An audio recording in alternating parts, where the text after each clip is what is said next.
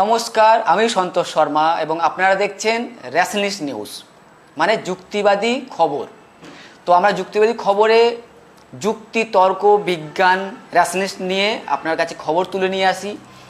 সমাজে বিভিন্ন জায়গায় প্রতিষ্ঠিত মানুষ, কোনো যুক্তিবাদী, কোনো বিজ্ঞানবাদী, ডাক্তারবাবু, কোনো ইনকাম ট্যাক্স অফিসার, যারা সমাজে একটা নিদর্শন স্থাপন করছেন, সেই সকল মানুষের বায়োগ্রাফি, তাদের বক্তব্যগুলো তুলে ধরি। উদ্দেশ্য হলো মানুষ যুক্তিমনস্ক হোক, বিজ্ঞান মনস্ক হোক, র্যাশনালিস্ট থিঙ্কিংটা বাড়ুক। তো সেই উদ্দেশ্য নিয়ে আমরা আজকে এসেছি অশোক কুমার দাসের বাড়িতে। আমার পাশে বসে আছেন অশোকবাবু এবং তার ওয়াইফ। তো তার কাছেই জানবো তিনি কোন পরিবার থেকে জন্ম নিয়েছেন, তার শিক্ষা দীক্ষা, কর্ম, এগুলো। একটা ভিডিওতে আপনারা দেখেছেন কি এই অশোক কুমার দাস জ্যোতিষশাস্ত্রের নামে যে প্রফেশন ট্যাক্স নেওয়া হচ্ছিল সেটা তিনি খারিজ করেছিলেন সাল 2002-এ, কিন্তু আজ 2026 সেই প্রফেশন খারিজ হওয়ার বিরুদ্ধে কোনো জ্যোতিষী, সেই মনীষ শঙ্কর দাশগুপ্ত আচার্য ভিগু কোর্টে যাননি। একটা ইতিহাস হয়ে আছেন, ওনার অর্ডার এখনও আছে। তো সেটা একটা অন্য অংশ, সেটা আপনারা অন্য ভিডিও দেখছেন। কিন্তু এখন আমরা যেটা জানবো অশোকবাবুর ব্যক্তিগত কিছু জীবনী। তো সবার আগে র্যাশনালিস্ট নিউজে অশোকবাবুকে স্বাগত। তো আমি জানতেই চাইবো আজকে আপনি ঈশ্বর বিশ্বাস করেন কি না, জ্যোতিষশাস্ত্রে বিশ্বাস করেন কি না? ঈশ্বর বিশ্বাস তো আমি অবশ্যই করি না। ঈশ্বর বিশ্বাস আমি সেই দিনই ত্যাগ করেছিলাম, মাত্র তখন আমার বয়স 7 কি 8, প্রায় জ্ঞানটা পুরো হয়নি। সেদিন আমি একটা বলি দেখেছিলাম, সেই বলি দর্শনটা আমি সহ্য করতে পারিনি। সেই থেকে আজ পর্যন্ত আমি পরিপূর্ণভাবে হৃদয় থেকে নাস্তিক, এ বিষয়ে কোনো সন্দেহ নেই। এবারে আমার জীবন সম্বন্ধে বলতে গেলে তো অনেক কথা, সেটা আমার আজকাল আর খেয়েই পাই না, কথা বলতে বলতে সব গোলমাল হয়ে যায়। তাই আমি আমার যে জীবন কাহিনী মোটামুটি শর্টে লিখেছিলাম সেইটা শুধু পড়ে শোনাচ্ছি। জন্ম 1943 সালের 17ই জুলাই, মিরগোদা গ্রামে, অখ্যাত একটি গ্রামে। বাবা লাইসেন্সিয়েট ডাক্তার ছিলেন, হোমিওপ্যাথি। আমার পরিবারে প্রায় 8-10টি ধর্মের লোক আছে। আমার ছেলেমেয়েরা, আমার পুত্রবধূ, সে কেউ মুসলমান, কেউ হিন্দু, কেউ খ্রিস্টান, ক্যাথলিক খ্রিস্টান, প্রোটেস্ট্যান্ট খ্রিস্টান, কেউ আমেরিকাবাসী, কেউ অস্ট্রেলিয়াবাসী, কেউ কানাডাবাসী। এরা আমাদের পুত্রবধূ কিংবা প্রাদেশিকতা, স্বাদেশিকতার সংকীর্ণতা মুক্ত বিশ্বজনীন আমার সংসার। বাহ, খুব সুন্দর একটা পরিবার। আপনার কাছে জানতে চাইবো কি আপনি এমন একটা পরিবারে যখন গৃহবধূ হয়ে এলেন, তো ওনার যে মানসিকতা, যে নাস্তিক মানুষ, তো আপনি কি করে সেটা স্বীকার করলেন? বিয়েটা কিভাবে হলো? আমার বাপের বাড়ি সব আমি ছোটোবেলা থেকে দেখে এসেছি। আমার বাবা মা ঠাকুর দেবতার খুব একটা ভক্ত ছিলেন না। আচ্ছা, বাবা ছিলেন তখনকার ভীষণ ব্রিটিশ আমলের রেলের অফিসার ছিলেন বাবা। তো কোনোরকম ধর্ম এসবের কোনো গোড়ামি কোনোদিন দেখিনি বা ছিল না ছোটোবেলার থেকে। দাদা তো কমিউনিস্ট পার্টি, আমি তখন এইটুকু, আমার দাদা আমার বাবার বয়সী। তো পরিবারের সবই মোটামুটি ওই রকম ধরনের, এই ঠাকুর দেবতা বা ধর্মের সম্বন্ধে কোনো গোড়ামি সেভাবে কোনো ছিল না। এই পরিবারে আপনার অ্যাডজাস্ট করতে কোনো, সেই জন্য কোনো অসুবিধা হয়নি। হ্যাঁ, ওর সাথে যখন পরিচয় হলো জানতাম আর কি। পরিচয় হলো মানে আমার একটা রিলেটিভের মাধ্যমে, তখন জানতাম যে ওই টাইপের। আর আমার সেই দিকে খুব একটা অসুবিধা হয়নি আর কি মেনে নিতে বা বলুন। আমি আমার মতো সংসার করে গেছি। আর ওর সাথে তো আমি সব জায়গায় যাই। এই প্রবীরবাবুর সাথেও আমার আলাপ, প্রচুর জ্যোতিষীর সাথে যখন ও এই বক্তৃতা ইয়ে হয়, ওটা কি হয়েছিল যেগুলো ডিবেট প্রোগ্রাম, ডিবেট, হ্যাঁ, সেখানে আমিও শ্রোতা ছিলাম। সব জায়গায় আমি যাই, ওরা সবাই চিনি। তো সে যে হয়েছে কি, ওর সাথে থেকে থেকে আরও একেবারে নাস্তিক বনে গেছি আর কি। তবে আমি নিজে এরকম বই টই লিখি না, আমি অন্য বই টই লিখি, হ্যাঁ, অন্য ধরনের বই। আপনার একটু পরিচয়টুকু দেবেন। আমার পরিচয় আর কি, আমি গৃহবধূ। নাম- আমার নাম শর্মিলা। আর আমি একটু লিখি সাধারণত ওই গল্প, কবিতা, বইটই আমার আছে, নানারকম ছোটো লিটল ম্যাগাজিনে আমি দিই। রিসেন্টলি অল্প দিনও আমি খুব অসুস্থ হয়েছিলাম, তারপর থেকে একটু বন্ধ আছে আর কি। আর বেহালাটা বলছে ভায়োলিন বাজাতাম, আমার গুরু ছিলেন সেরকম শরদিন্দু চন্দ্র। একটু মেমোরি লস হয়ে যাচ্ছে আমার, সেটা কোনো অসুবিধা নেই। বয়সটা হচ্ছে অনেকটাই। তো এইভাবে এই আমার ওদিকে পড়াশোনা করেছি আমি, ওই বিএসসি। আর বিএসসি আমি মানে লাস্ট পরীক্ষাটা থার্ড ইয়ার পরীক্ষাটা দেওয়ার, প্র্যাকটিক্যাল পরীক্ষা দেওয়ার সাথে সাথে 7 দিনের মধ্যে আমার হঠাৎ করেই বিয়েটা ঠিক হয়। তো বিয়ে হয়ে গেছে, তারপরে আর ওই জেনারেল মানে রেজাল্টটা বেরিয়েছে বিয়ে হওয়ার পর। ও রেজাল্টটা নিয়ে এসছে আমার। তো সেই জন্যই আমার আর এইভাবে জেনারেল এডুকেশনটা আর হয়নি, কারণ এদিকে অনেকগুলো মেম্বার ছিল আর কি। হ্যাঁ, বিএসসিতে ডিস্টিংশন পেয়েছে, অঙ্কে ডিস্টিংশন। আর তাছাড়া আমরা ছোটবেলা থেকে বিভিন্ন শিল্প সংস্কৃতির সঙ্গে যুক্ত ছিলাম, বিভিন্ন রকম। আচ্ছা, এই যে যত বল- বলুন যা কিছু বলুন। আপনার পরিবারে কারা কারা কারা আছেন, মানে আপনারা সন্তান সন্ততি, তারা কিরকম ফ্যামিলি পরিবারের সঙ্গে আছেন? আমার 3টে ছেলে মেয়ে। ভাই বোনদের মধ্যে তো মোটামুটি কেউ নেই, বাবা মাও তো অনেক দিন আগে মারা গেছেন। বাবা 103-এ মারা গেছেন। বাবা ছিলেন ব্রিটিশ আমলের রেলের অফিসার ছিলেন। তো তারপরে স্বাধীনতার পরেও কাজ করেছিলেন। তো এইসব তো গেল। আর তারপরে তো বিবাহিত জীবন, আমার 3টে ছেলে মেয়ে।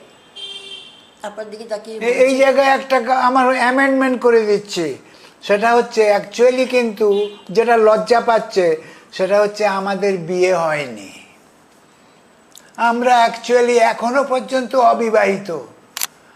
আপনি লক্ষ্য করুন, ওর মাথায় কিন্তু সিঁদুর নাই। না, একজন নাস্তিক হলে তো সিঁদুর পরে না, আমরা জানি, কিন্তু হ্যাঁ, আচ্ছা, আর একটা কথা হচ্ছে কি, ও মন্ত্র পড়েনি, আমিও মন্ত্র পড়িনি, কিন্তু তখনকার পরিবার এতের জন্য আমরা একটু বিয়ের পিঁড়িতে বসেছিলাম, এ বিষয়ে কোনো সন্দেহ নেই। আমাদের কমিটমেন্টটাই আসল ছিল, এই যে মৌখিক কমিটমেন্ট। হ্যাঁ, তার জন্য ওই যত ঝগড়াঝাটি অশান্তিটা সংসারে থাকে, কিন্তু ওই যে ছেড়ে যাওয়া, চলে যাওয়া, ওটা আমার দিক থেকে এখনো পর্যন্ত হয়নি আর কি। আচ্ছা, এবার আপনার যে ছেলেপুলে যে বিয়ে থা দিয়েছেন, কেমন পরিবার তাদের? ওদের তারা পরিবার কি সব হিন্দু পরিবারই বিয়ে হ্যাঁ, হয়েছে? মোটামুটি হিন্দু পরিবারে ওরা নিজেরা দেখে বিয়ে করেছে। তো এখানেই ওদের পড়াশোনা বিয়ে করে ওরা চলে গেছে বাইরে। একজন আমেরিকায় থাকে, সান ফ্রান্সিসকো থাকে, ওটা হচ্ছে ক্যালিফোর্নিয়া ডিস্ট্রিক্টে। আর মেয়ে থাকে মেলবোর্ন, অস্ট্রেলিয়া। আর ছোট ছেলে থাকে অস্ট্রেলিয়ারই ব্রিসবেন শহরে। এই হচ্ছে আমার 3টে ছেলে। তারা যে বিয়ে করেছে ওদের, হ্যাঁ, ওরাও এখান থেকে বিয়ে করে গেছে। মানে এই ধর্মেরই না অন্য ধর্মের? এই ধর্মে বড় ছেলে ডিভোর্স হয়ে যায়, এখান থেকে বিয়ে করেছিল, ওখানে গিয়ে ডিভোর্স হয়ে যায়, তখন ওখানকার মেয়ে, আমেরিকান মেয়ে বিয়ে করে। এই হচ্ছে ওর। ক্যাথলিক আর বাকিরা সব এখানকারই। তবে ওদের ছেলে মেয়ে সব বড় হয়ে গেছে এখন। ও কেউ ভিয়েতনামে বিয়ে করেছে, আমার নাতি ভিয়েতনামে বিয়ে করছে। আর ওদের বিয়েটি হয়নি, ওরা এমনি করছে, চাকরি বাকরি করছে আর কি। এই হচ্ছে আমার মোটামুটি ফ্যামিলি। আমার নাতি, আমার যে বড় নাতি, তার বউ হচ্ছে বৌদ্ধ, তার নাম হচ্ছে চি ভু। ওই যে ভিয়েতনামিজ বললাম। হ্যাঁ, সে হচ্ছে ভিয়েতনামিজ। তারা সম্ভবত বৌদ্ধ। জিজ্ঞেস করার তো উপায় নেই, কারণ এই ধর্মটা ওরা তো জিজ্ঞেস করা, মানে না। ধর্মটা জিজ্ঞেস করা ওদের কাছে একটা অভদ্রতা। সেই জন্য আমরা সাহস করে জিজ্ঞেস করি না। আমার ছেলে মেয়েরাও ওর বাবার মতনই হয়েছে। হ্যাঁ, ওরা বিয়ের মতো একটা করেছে। ওদের তো দেশে বিয়ে তো পার্টনার, বউ নয়, সেই রকম ওই খুব ভালো মেয়ে। যাকে হ্যাঁ, পছন্দ হয়েছে তার সাথে ওরা সংসার করছে। সংসার করছে। সংসার বলতে আমরা এখানে সংসার বলি। হ্যাঁ, একটা আর বড় নাতনি তাকে আমেরিকা তাকে ইনভাইট করে তাকে সম্বর্ধনা দিয়েছে তাদের পার্লামেন্টে। সেই পার্লামেন্টে সম্বর্ধনা দিয়েছে কি জন্য? না, সে অস্ট্রেলিয়ান কালচার আর আমেরিকান কালচার দুটোর মেলবন্ধন করেছে, সেই জন্য তাকে সম্বর্ধনা দিয়েছে। এবারে আমার যে নাতি, আমেরিকান নাতি, সে ওখানকার বোর্ড অফ এডুকেশনে ফার্স্ট হয়েছে, মানে সমস্ত সাবজেক্টে সে ফুল মার্কস পেয়েছে। শুধু 100 এর তাই মধ্যে নয়, 100 প্রত্যেকটা হ্যাঁ, সাবজেক্ট। প্রত্যেকটা সাবজেক্টে 90% মার্কস পেয়েছে। 100 এর মধ্যে 100 পেয়েছে। হ্যাঁ, আর সেখানে সে সঙ্গীতে ফার্স্ট হয়েছে। শুধু তাই নয়, ওখানকার সমস্ত বড় বড় আর্টিস্টরা যখন তাদের সম্বর্ধনা নিতে আসেন, তখন আমার নাতি সেখানে ওই এদের অ্যাসিস্ট করে। সে খুব ভালো গায়ক। আচ্ছা, আপনারা যেরকম নাস্তিক বা ঠাকুর মানেন না, তো অনেক পরিবার তো আছে আত্মীয় স্বজন তারা ঠাকুর বিশ্বাস করে, সাধ্য শান্তি করে, তো তখন আপনারা কি ধরুন কারো বাড়িতে কেউ মারা গেল, সাধ্য শান্তি তা আপনারা অ্যাটেন্ড করেন? মাঝে মাঝে যে সাধ্য শান্তিতে, কারণ ওরা খাওয়াই দাওয়াই ভালো, খেতে চলে যায়। হ্যাঁ, সেইটা খেয়ে আসি, কিন্তু ওই যেসব ফর্মালিটি আছে সেইটা করি না। আমরা এমনি যাই, অ্যাটেন্ড করা দরকার। হ্যাঁ। মারা গেছে একজন, সেখানে আমাদের উপস্থিতিটা দরকার, সেটা যাই আমরা। কিন্তু ওই পুরোহিত ডেকে যে না, শ্রাদ্ধ আমাদের শান্তি- বাড়িতে কখনো হয় না। ও, পুরুত দেখে যখন শ্রাদ্ধ হচ্ছে, 7 দিনে 9 তখন এক পুরুতকে জিজ্ঞেস করলাম, আচ্ছা ভাই, এখন বাৎসরিকের দিন, বললাম দেখুন পুরুত ভাই, আপনি তো সবই করলেন, কিন্তু এখন আমার বাইরা ভাইটা কোন জায়গায় আছে? তাকে বলে স্বর্গে মিলিয়ে গেছে। আমরা যদি স্বর্গে মিলিয়েই বিলীন হয়ে যায় গত বছর, তাহলে এবছর কাকে এটা পিণ্ডিটা দিলেন? বাৎসরিক শ্রাদ্ধ হচ্ছে, ঠিক আছে? বাৎসরিক সাথে বলতে পারে না। তারপরেই বলছে ঠিক আছে, আপনার ওই মেয়েকে জিজ্ঞেস করছে যে তোমার বাবা কি পান খেতেন? বলে হ্যাঁ, তাহলে পান নিয়ে এসো। আমি বললাম শোন, পান নিতে যাচ্ছিস, তাহলে 1 প্যাকেট সিগারেট নিয়ে আয়, তোর বাবা তো সিগারেট খেতেও ভালোবাসতো, এটা শাস্ত্রে লেখা নেই? তারপর বলছে আচ্ছা ঠিক আছে, আমি সিগারেট আনছি। আমি শোন, তোর বাবা কিন্তু আমার সঙ্গে বসে হুইস্কি খেত, তো হুইস্কিটা কি নিয়ে আসবে?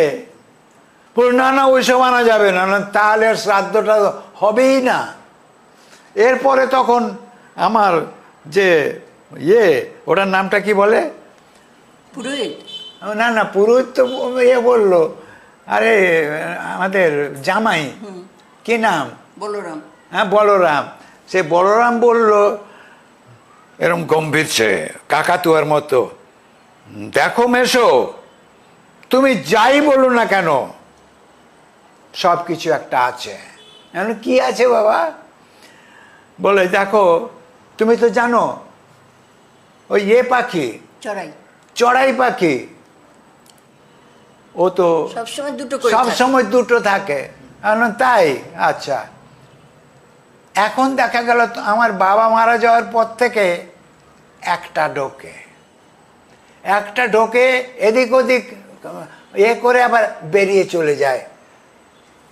আমি বললাম আচ্ছা তুই কি বাবা চিন্তা করেছিস, তোর বাবা মরে গেল, ওর পাখির বউটা মরে গেল। না, পাখির বউ মনে না, পাখির পেটে তো তোর বাবাটা তার ডিম হয়ে তার পেটে জন্মালো। সেটা তা দিয়ে দিয়ে বাচ্চা হলো, তাকে বড় হয়ে সে উড়ে গেল। এই কদিনের মধ্যে কি করে হলো বাবা? তুই যে বললি যে এটা হলো, তোমার সঙ্গে কথা বলে লাভ নেই। লাভ তো হবে না, আমার সঙ্গে কথা তো এই হলো আমাদের। তারপরে বলো তুমি কি বলছিলে? আপনি তুমি একটু সংক্ষেপে বলো, উনি কোশ্চেন করছেন, তুমি না দিদি, শুনতে আপনি পাচ্ছ না। বলুন, ওখানে কিছু একটা বলছিলেন কথা মাঝখানে। পড়াশোনা? ও আচ্ছা। না, ওই শ্রাদ্ধ নিয়েই। আপনি যখন আত্মীয় যাচ্ছেন, মানে খেতে চলে যাচ্ছেন, এবার সেই শ্রাদ্ধটা কোন হয়, পুরোহিত থেকে হয় না এমনি নিজেদের মধ্যে একটা গেট টুগেদার পার্টি? যারা যারা কিছু কিছু বিভিন্ন রকমের আছে। আমার ছেলের বউয়ের বাড়িতে যখন হলো, ওর বাবা মারা গেল, তখন শুধু কোনো পুরোহিত ডেকে কিছু হয়নি, একটা গ্যাদারিং মতন সবাই আত্মীয়স্বজন আমাদেরও ডেকেছিল, একটা শোক সভা মতন যাকে বলে। ওই প্রবীর বাবুর যেরকম হয়েছিল এক্স্যাক্টলি ওই রকম আমার ছেলের বউয়ের বাপের বাড়িতে। আবার কিছু কিছু আমার দিদি দিদির বাড়িতে, কিছু কিছু জায়গায় কিছু বাড়িতে পুরোহিত ডেকে ওসব শ্রাদ্ধ করেছে। আমার ননদের বাড়িতে এসব আছে, রিলেটিভের বিভিন্ন রকমের মত আছে। আর আমার নিজস্ব বাড়িতে ও তো বাবা মার শ্রাদ্ধ করেনি, বাবা মা মারা গেছে। ও মা মারা যাওয়ার 3 মাসের মধ্যে আমাদের বিয়ে হয়েছে। তো তখন আত্মীয়জন চেপে ধরেনি এই না, যে আমার আপনি শ্রাদ্ধ করলেন না? আমার বাবা মা অত বয়স্ক, তারা কোনো অবজেকশন দেননি। বা এনার ফ্যামিলি তো ও তো আশেপাশের লোকেরা চেপে ও তো ধরে। না, ও তো নিজে যা বলবে তাই। বাড়ির এ ছিল, বাবা মা নেই, এমনিতেও মা থাকলে হয়তো একটু করতো, হয়তো বাবা নেই, মা আছে, মা হয়তো একটুখানি করতো ওর সাথে, কিন্তু মাও নেই, কাজে কেউ বলারও ছিল না। আর ওকে জানে ছোটোবেলার থেকে এরকম। আর আমার বাড়িতে তাদের কোনো আপত্তি নেই। আচ্ছা, আপনি যে নিদর্শন তৈরি করেছেন একজন যুক্তিবাদী, একজন নাস্তিক মানুষ হিসাবে, তো মরে যাওয়ার পর প্রত্যেক মানুষের একটা শেষ ইচ্ছা থাকে, তো আপনার হাতে কিছু ট্যাটু দেওয়া, যদি দেখাতে পারেন কি ট্যাটু করে রেখেছেন? এইটার কথা বলছেন? হ্যাঁ, এটা বডি ডোনেটেড, মানে আপনার বডি দান করে দিয়েছেন, মানেটা কি? এটা কি ব্যাপার, এমনি শখের ট্যাটু না কিছু একটা মেসেজ দিচ্ছেন? এটা শুনুন তাহলে মজার কথা। এটার একটা পেছনে একটা দুঃখের ইতিহাস আছে। সেটা হচ্ছে কয়েক বছর আগে, বলে 17 সালে ম্যাড্রাসে, ব্যাঙ্গালোরে একটা ছেলে স্কুটারে করে যাচ্ছিল, ধাক্কা দিল একটা লরি। ধাক্কা দিতে সে মরে গেল। তার একটা হাত, দুটো হাতই ছিটকিয়ে দূরে পড়ল। তাকে যখন রেস্কিউ করতে নিয়ে যাচ্ছে, তখন সে বলছে যে আমাকে রেস্কিউ করে যে হসপিটালে নিয়ে যাচ্ছেন, আমি তো মরে যাব, আমায় দয়া করে আমার বডিটা ডোনেট যেন করা হয়।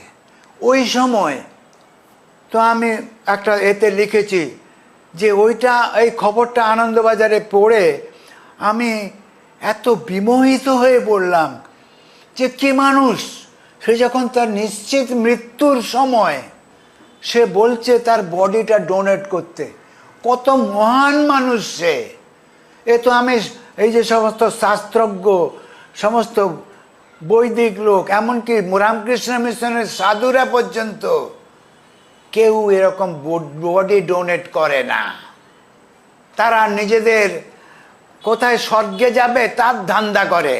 এইসব রামকৃষ্ণ মিশন, অমুক মিশন, তমুক মিশন, তমুক গুরু বাবা, হ্যাঁ, এরা সমস্ত তথাকথিত ছোটবেলার থেকেই নাস্তিক, ঠিক আছে। কিন্তু আমারও বডি ডোনেট করা আছে, ওরও বডি ডোনেট করা আছে। সব তবে আপনি বলবেন কি যে এইটা আপনি গায়ে লিখলেন কেন? একমাত্র মানুষ মনে হয় খুঁজলে একজন ট্যাটু করেছে, স্টাইলিশ ট্যাটু, কিন্তু বডি ডোনেটেড ট্যাটু। তার কারণ হচ্ছে একটা মেসেজ। এটা একটা অ্যাডভার্টাইজমেন্ট। এইটা আমি সবাইকে দেখাই, গর্বের সঙ্গে দেখাই এবং বলি তোমরাও এইরকম করো। সবাই জিজ্ঞেস করে, হসপিটালের ডাক্তাররা জিজ্ঞেস করে। দ্বিতীয় নম্বর কারণ হচ্ছে, মনে করুন মানুষের তো বলা যায় না কখন কোনো অ্যাক্সিডেন্ট হলো রাস্তায়, তখন এটা দেখে মেসেজ পেয়ে যেতে মেসেজ পারে। হ্যাঁ, পাচ্ছে। এটা তারপরে মানে hospital-এ এটা ভর্তি। এটা একটা বিজ্ঞাপন, এটা বিজ্ঞাপন। সবাইকে বলি যে তোমরা এইটা করো। বাহ, দারুণ, আমারও দারুণ। বডি ডোনেট করা আছে এবং দেখি কোনো ওর বন্ধুরা বলছে ফেসবুকে উল্লেখ করে বড় বড় করে, হ্যাঁ, যে এরকম মহিলাদের এখন পর্যন্ত আমি দেখিনি। তা লিখছি ওর বন্ধুরা, 2-3 জন লিখেছিল যে এরকমভাবে কোনো সংস্কার নেই, বডিটা ডোনেট করছে এবং বড় বড় করে লিখে দিচ্ছে, সবাইকে জানিয়ে দিচ্ছে। আমি বলছি কার পাল্লায় পড়েছিলাম, মনটা যেটুকুও ছিল একদম শাখা হয়ে গেছে আর কি ওর পাল্লায় পড়ে। এবারে পড়াশোনা সম্বন্ধে জিজ্ঞেস করবেন, এইখানেই তো আমাকে লজ্জায় ফেলে দিলেন। কেন তবুও তারা পড়াশোনা তো করেননি? ডিটেল বলতো। মানে ছোট ছোট মানে পড়ি মনে হচ্ছে এই পড়াশোনাই করেন। মানুষটা বড্ড বলছে যে পাঠ্যপুস্তকে নিতান্ত অমনোযোগী ও উদাসী হইবার কারণে আন্ডার কনসিডারেশনে নিম্ন শ্রেণীরগুলি কোনো রকমে অতিক্রম করিতে করিতে লেখক 59 সালে স্কুল ফাইনাল পরীক্ষায় 3য় স্থান অধিকার করেন। 3য় বিভাগে পাশ করেছেন। ডিভিশন পাস করেছে। তারপরে দিনের পার্ট টাইম ও শিক্ষকতা করিয়া 63 সালে সিটি কলেজের শান্ত বিভাগ হইতে বিকম কম্পার্টমেন্টাল পাস করেছেন। হিসাব শাস্ত্রে অনীহা, অপারদর্শিতা এবং সাহিত্য সেবায় অভিপ্রায়ে 1966 সালে ইংরাজি ও বাংলা সাহিত্যে স্পেশাল বিএ পাস করিয়েছেন, কিন্তু এমএ পরীক্ষায় ডাহা ফেল। অস্থির মস্তিষ্ক ও সাংসারিক অনটনের কারণে চার্টার্ড অ্যাকাউন্টেন্সি, আইন, হোমিওপ্যাথি ইত্যাদি পাঠ্যক্রমের মাঝখানে অকাল বিচ্ছেদ ঘটেছে। বর্তমানে তিনি ইগনু বিশ্ববিদ্যালয়ের সমাজতন্ত্র বিভাগে যোগদান করিয়াছেন। ছাত্রাবস্থা হইতে শিক্ষকতা, নানা বেসরকারি 12টি চাকরি পরিবর্তন করিতে করিতে 1966 সালে নিম্নতম কেরানি সরকারি চাকরি গ্রহণ করেন। অবশেষে 1948 সালে পশ্চিমবঙ্গ সরকারের বাণিজ্যকর বিভাগে স্থায়ীভাবে যোগদান করেন এবং সে বিভাগের সহ মহাধ্যক্ষ পদ হইতে 2003 সালে অবসর গ্রহণ করেন। তাহলে অশোকবাবু পড়াশোনা এত ভালো ছিলেন, ভালো শিক্ষার সঙ্গে নাস্তিক হওয়া, শিক্ষার সঙ্গে যুক্তিবাদ হওয়ার কোনো সম্পর্ক নেই। একজন চাষা মানুষও নাস্তিক হতে পারেন, জ্যোতিষশাস্ত্রে অবিশ্বাসী হতে পারেন, ঈশ্বর আল্লাহ বিশ্বাস করতে নাও পারেন, তার জন্য ডিগ্রি লাগে না। আজকে অনেক বড় ডাক্তারবাবু দেখেছি আমার পরিচিত, বড় ইঞ্জিনিয়ার, একদিকে বলছে আমি উচ্চশিক্ষিত, আবার বলছেন আমি নাস্তিক। আবার অনেক মানুষ দেখেছি কি বড় ডিগ্রি কিন্তু আবার ঈশ্বর বিশ্বাসী। তার মধ্যে বিকল্প হলেন আমাদের অশোকবাবু এবং তার পরিবার, কি দুইজনই নাস্তিক, দুইজনই যুক্তিবাদী এবং সমাজকে মেসেজ দিচ্ছেন কি মৃত্যুর পর আপনার যে দেহ এটাকে পুড়িয়ে বা কবরে দিয়ে নষ্ট না করে চিকিৎসা বিজ্ঞানের জন্য দান করে যান। জীবনের শেষ দান, মহান দান, বডি ডোনেশন। তার জন্যই অশোকবাবু হাতে ট্যাটু করে রেখেছেন বডি ডোনেটেড। এই মেসেজ প্রত্যেকটা মানুষের কাছে যাক। আমরা চাই বডি ডোনেশন বা অঙ্গদান, শরীর দান একটা জন আন্দোলন তৈরি করুক। তার জন্য অশোকবাবু এবং তার পরিবারকে অনেক ধন্যবাদ, তিনি এরকম একটা ট্যাটু করে মেসেজ দিচ্ছেন। তো অশোকবাবু এবং তার পরিবার সঙ্গে আরও অনেক কথা আগামী পর্বে তুলে ধরবো। আপনারা দেখতে থাকুন রেসেন্স নিউজ। নমস্কার।